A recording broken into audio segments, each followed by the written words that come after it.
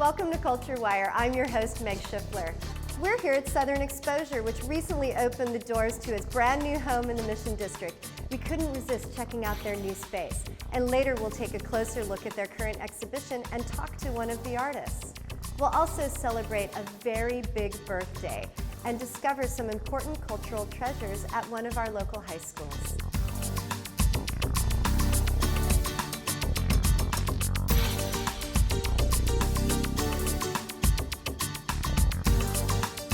When I was given the chance to show at Southern Exposure, one of the goals that they set out was to push artists to try new things.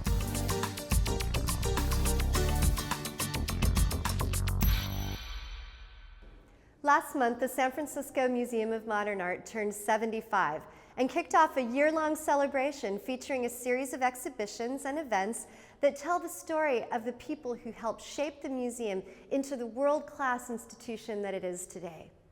Director of Cultural Affairs Luis Cancel recently visited SFMOMA, where he met director Neil Benezra and curators Janet Bishop and Dominic Wilsden.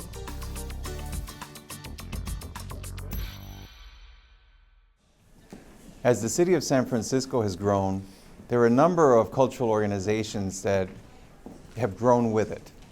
Of course, the San Francisco Symphony, the ballet, and this year we're celebrating the 75th anniversary of the SFMOMA, the San Francisco Museum of Modern Art.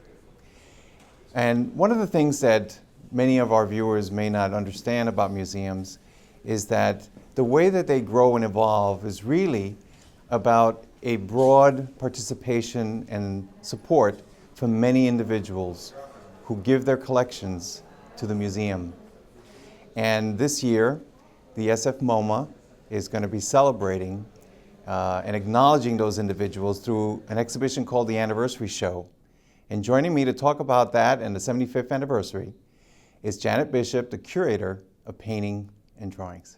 So Janet, I understand that you have been with the museum for quite a number of years, and of course remember its original home on Van Ness at the War Memorial Building. Mm-hmm. And now you were part of that transition that brought you to Yerba Buena Center and Civic Center, and of course your museum has been really the anchor cultural tenant that has helped to transform this area of the city. Well, I mean, to my mind, really, more is more, and it's wonderful to be part of such a rich cultural community here. When visitors come to this area, they have so many different options available to them. But let's talk about your anniversary show, which is going to be such a phenomenal opportunity for San Franciscans and all visitors of the city to get a real sense of how the museum has grown and the important cultural role that you've played. What we've really done is focus on moments where SFMOMA was involved in pushing the dialogue about contemporary art forward. The Jackson Pollock exhibition that we had here in 1945 is a perfect example of that. Our founding director, Grace McCann Morley, was deeply interested in abstraction and was engaged in a dialogue with Pollock's dealer, Peggy Guggenheim, about bringing the Pollock show to the West Coast. The original price for the painting was $750. Morley, our director, felt like that was just going to be too much of a stretch for the Board of Trustees, and so she convinced Peggy Guggenheim to reduce the price to $500 and wrote to her saying it was just what was needed to persuade the board. The collection that we have is not a sort of objective history of art, but it's a very subjective history of art that has been very much shaped by the individuals who have been involved with the museum over the years. We start in 1935 with a gallery that is devoted to work that came in through Albert Bender. He was one of our founding trustees. When we opened our doors, January 18th, 1935, 181 of the 186 pieces in our permanent collection had been gifts of Bender. What are some other outstanding names that sort of pop out for you as the museum evolved and grew?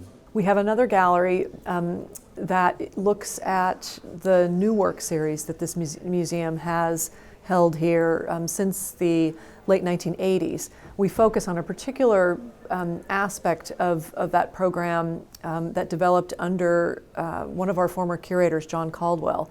He arrived in San Francisco in 1989 and was especially interested in artists who were engaged with issues of appropriation. What are some of the collection edition highlights that have happened since you've been in this position? One of the aspects of the museum's program that I've been especially involved with has been the SICA Art Award exhibitions. It stands for Society for the Encouragement of Contemporary Art and is really intended to honor exceptional Bay Area artists early in their careers. For instance, an early work by Barry McGee, who showed here in 1996. For this exhibition, he's extended it and updated it to 2010 with the addition of photographs and other framed works. Thank you, Janet, for being part of Culture Wire. My pleasure. Thanks, Louise. As we examine the San Francisco Museum of Modern Art 75th anniversary, we can't overlook its important role as an educational institution and how it brings public programs to all of our citizens in the Bay Area. And joining me now to talk about that is Dominic Wilsden, the Leanne and George Roberts Curator of Education and Public Programs. You're vested with really a kind of a multifaceted responsibility that involves education, but also a lot of multimedia as well. Could you explain that, all the different hats you wear here at the museum? Yeah, I mean, there are really sort of three main areas in my department. We produce education activities for all ages, K through 12, and adults. And then we also produce a lot of interpretive or educational media, a lot of interviews with artists, a lot of stuff we publish online, and to various ways in the galleries. And then also there's an area of public programs, which includes some educational activities, but also some live cultural programming, film, performance, artist projects, things like that. What are all the ways that the museum sort of reaches out to audiences? The latest kind of new platform for educational media is launching just right now with this anniversary. We've got to the point where we can put a lot of the fantastic kind of content about artists and stories behind artists that we've had online for some time, put those onto iPod Touch. Could you talk a little bit about, sort of the more traditional educational role that the museum plays in the city of San Francisco? Yeah, we're in the middle of a new initiative to provide more and resources and programs for families in the locality. We've benefiting from a grant from the Wallace Foundation that we're in the middle of now, and in the last 2 years, many more Bay Area families are coming to the museum and participating in the programs, most of which take place on Sundays, and we're going to see more and more different offerings for families being rolled out in the coming months and over the next year or two. Well, thank you, Dominic, for being part of Culture Wire. Thanks very much. As we know, museums are really almost like a team sport. There's a tremendous amount of talented staff that are put together, patrons that help to support the institution, but all of them need a coach.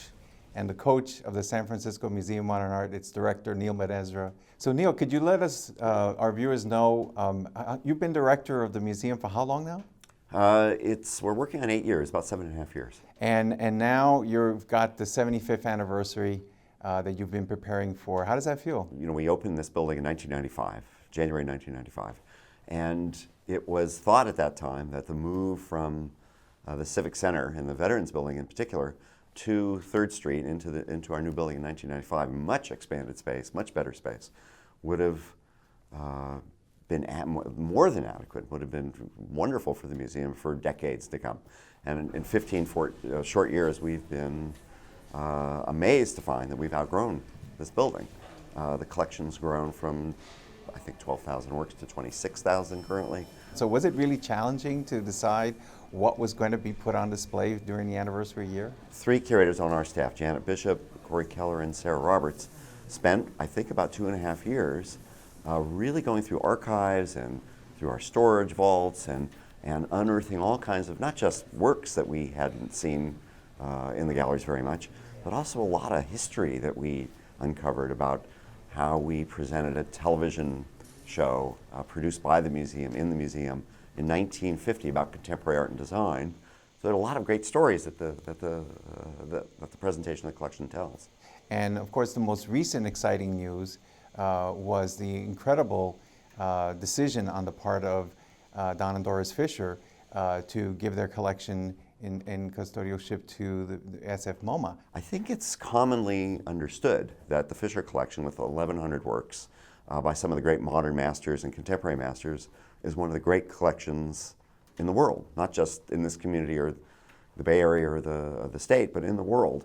But in fact, the collection's not been seen. It's been stored largely at the Gallup headquarters, but there's never been a publication, there's never been an exhibition.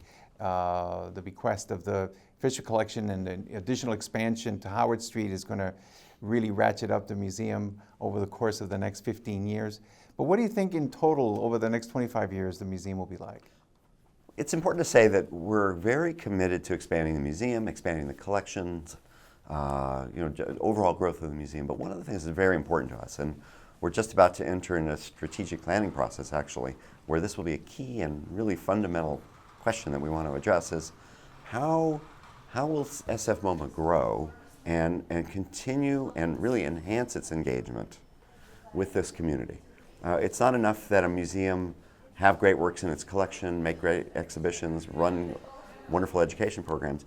It's how does an institution grow and at the same time enhance its relationship with this community? And this is something that's very, very important to us and that we're quite committed to. Well, Neil, on behalf of the residents of San Francisco, we want to thank you for really shepherding this institution through this incredible growth phase. And thank you for being part of Culture Wire. My pleasure. Thank you. Don't miss out on the museum's exciting anniversary programs and events. Visit sfmoma.org for more information. During the 1930s, Roosevelt's New Deal swept across San Francisco, bringing energy and industry to every corner of the city. From the construction of Vogt Tower and the sponsorship of the building's vast mural project, to the creation of parks, libraries, and schools. These federal projects dramatically enhanced the landscape and helped make San Francisco the cultural icon that it is today. The San Francisco Arts Commission recently joined forces with SFMOMA's conservation team to rehabilitate several important WPA-era artworks at George Washington High School. Here's a sneak peek at the project.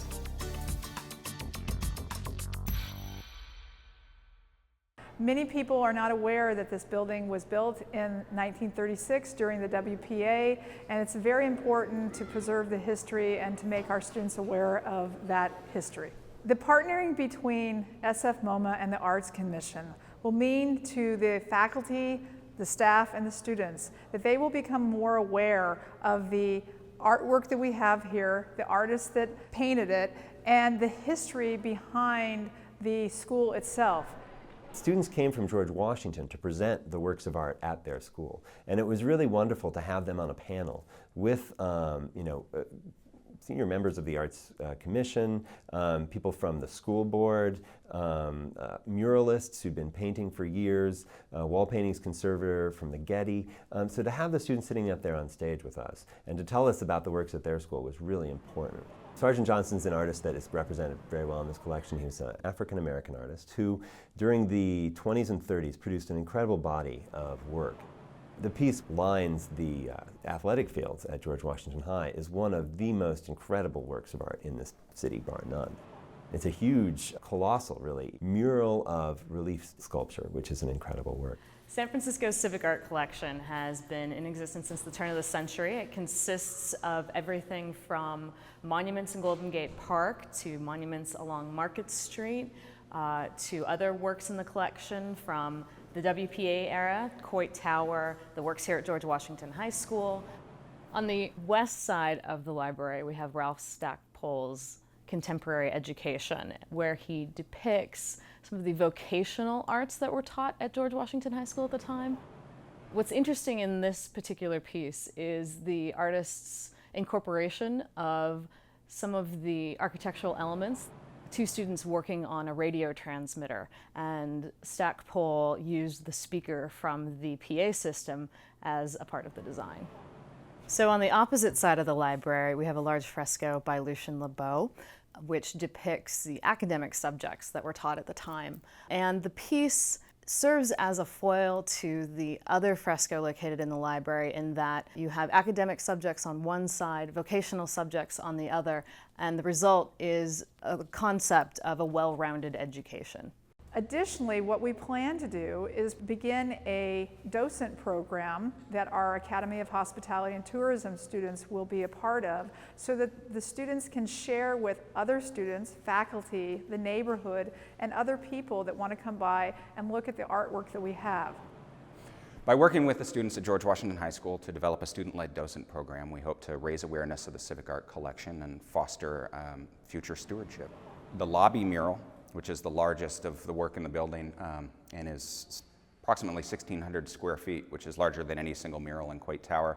That was painted by Victor Arnatoff, who actually was an apprentice to Diego Rivera and was instrumental in bringing Diego Rivera to the city. I think of WPA-era artwork as being characterized by a stylized robustness and a pervasive occupation with the historical. In this panel, we have a depiction of George Washington instructing the move west. What's interesting about it is the image of what I'm assuming is Lewis and Clark here is in black and white. Something that's occurring in the future is painted as though it was in the past. The north panel depicts typical industries of the period, but what's interesting about it is the very obvious inclusion of slavery. During the 60s, late 60s and early 70s, a number of students were expressing unease around some of the themes in the murals. The students insisted that additional mural be placed in the school, one with a more positive and inclusive representation of the student body. In 1974, Dewey Crumpler completed 3 panels that were then placed in the lobby. Its panels depict Native and Latino, Asian American, and African American heritage and culture. As you really go through and learn about the artwork and what the artist was thinking about, the history comes alive, and that's the experience that we want to have for our students here. And I'd also like to see that they could share that with past alumni and the community, so that they can know the treasure that we have here in the school. Many people have the same experience that I did when I first walked into this building 3 years ago, being the new principal. The grandeur of these murals are fantastic. Many of the students that have come to Washington come in and they're very, very proud of these murals. They come back and they say, we're so happy that they're still here and they're being preserved. To learn more about the city's civic art collection, visit sfartscommission.org/pubartcollection. Southern Exposure has been a local leader in presenting cutting-edge art and educational community programs. Its current exhibition includes Gray Area by San Francisco-based artist Andy Vogt, who works with salvaged building materials to explore new architectural and sculptural forms. Andy has joined us here at Southern Exposure to introduce us to Gray Area.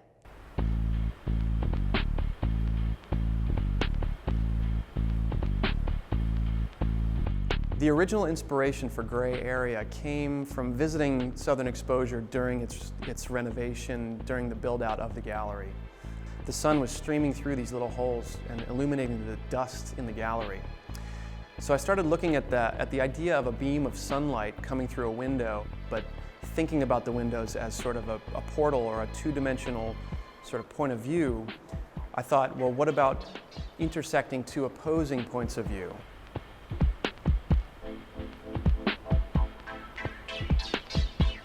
When they do meet, they form almost like an isometric cube. This sort of compression of space is something I've carried over from my drawing, and once I realized I could actually make a three-dimensional cube that had elements of isometric drawing, that's where the shape really took hold in my mind. It's wood strips that have been submerged underneath layers of plaster inside old houses. It always has a light side and a dark side, and every batch is different. Some of it could be as old as 150 years. I wasn't originally attached to that history, but the more I work with it, the more I realize it's a part of how the history of the city was created. When I was given the chance to show at Southern Exposure, one of the goals that they set out was to push artists to try new things. This is kind of the most literally architectural, structural piece that I've ever created. It's reusing old material, but trying to make new structures that are more about an idea than about a literal structural purpose. You can look at the piece either as a departure point for the materials from their sort of status as trash to something that's usable. Gray area also refers to a sort of an opposition of two differing points of view.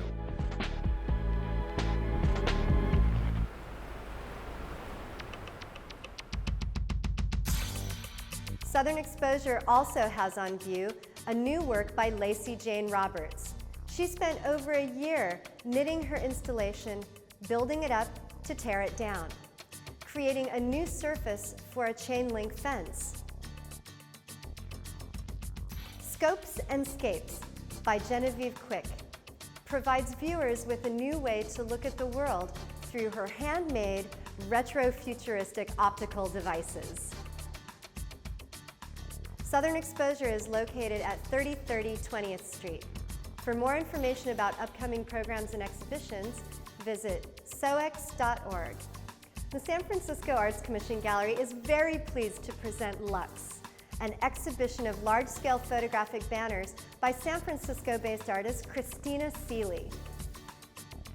This banner installation in City Hall's North Light Court features portraits of cities within the most brightly illuminated regions on NASA's map of Earth at night. This project brings awareness to light pollution and the overconsumption of resources. Stop by City Hall to view the banners Monday through Friday, 8 a.m. to 8 p.m. Our exhibitions at City Hall are always free. Writers Corps joins forces with 4 museums to present Claim the Block, featuring readings by young writers connecting with San Francisco and its art. The first program will include students from Downtown High School and Ida B. Wells High School and will take place on February 13th, 4:30 to 5:30 p.m. at the Museum of the African Diaspora. Admission is $2. For more information about future Claim the Block events, visit writerscorps.org. Kearny Street Workshop and the Mina Dresden Gallery present the Lost and Found Solo Exhibition, featuring works by Trong Tran, a local artist who creates art with everyday materials. This exhibition is on view through February 26th at Mina Dresden Gallery at 312 Valencia Street. For more information, visit minadresden.com. Also, don't miss the incomparable Rodessa Jones in The Breach, which features theater, dance, and video, exploring reparations for African Americans. The Breach will run from February 18 through the 28th at the African American Arts and Culture Complex. For more information, visit culturalodyssey.org. In addition to being the host of Culture Wire, I'm also the director of the San Francisco Arts Commission Gallery. This year marks the gallery's 40th anniversary. And on the next episode of Culture Wire, we're going to celebrate the past, the present, and the future with a look at some of our exciting exhibitions. We'll also meet some local artists and curators who have made their mark on the gallery and on the San Francisco art scene. You can send us your arts and events listings or tell us what you'd like to see on future shows by emailing us at culturewire@sfgov.org. Thanks for watching Culture Wire on SFG TV.